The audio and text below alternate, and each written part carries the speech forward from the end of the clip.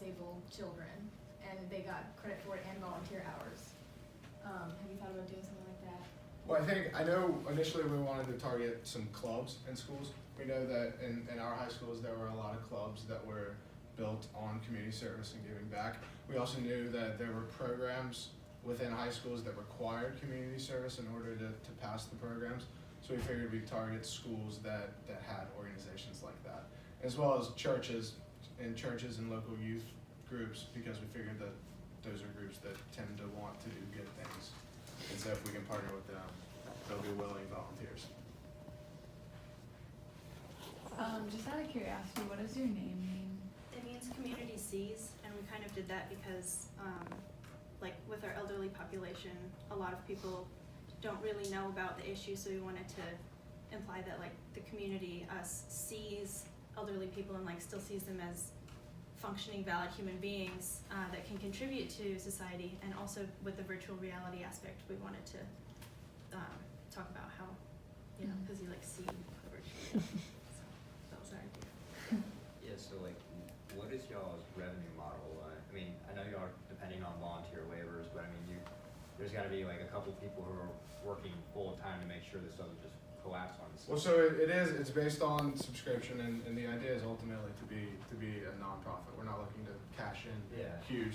We're looking to provide this service to improve the lives of others. But it is, so we'll have a subscription system, about $60 per person per month, per year, excuse me. And so that'll be the payment method. And what's great about this is that the volunteer system is moving forward. There are very few variable costs.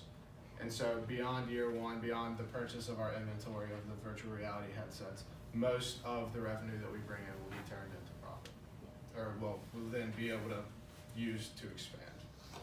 And really quickly to go off of that, we obviously we have to pay for things like the virtual reality glasses and people to make sure that the treatment of minors within the high schools, everything is correct with that.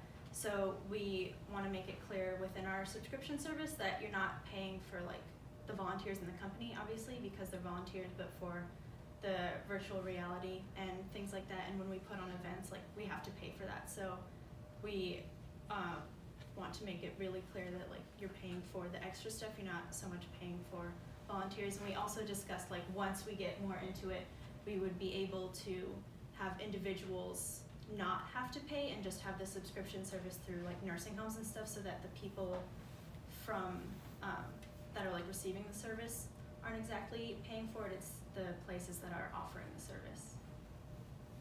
If that makes sense. Yeah. Okay. What's your guys' vetting process for the volunteers, just to make sure that kids aren't coming in harassing old people and being mean to them?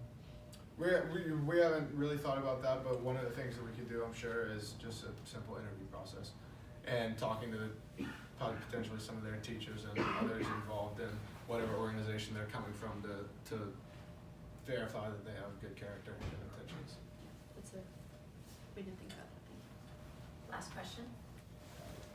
Do you guys plan on having like a training process for the volunteers to like kind of teach them like what to do with them? Well, I think the beauty of it is that with our compatibility test, we're linking volunteers to elderly who are similar, and it should be a natural flow and a natural relationship builder. So we don't want it to become too robotic.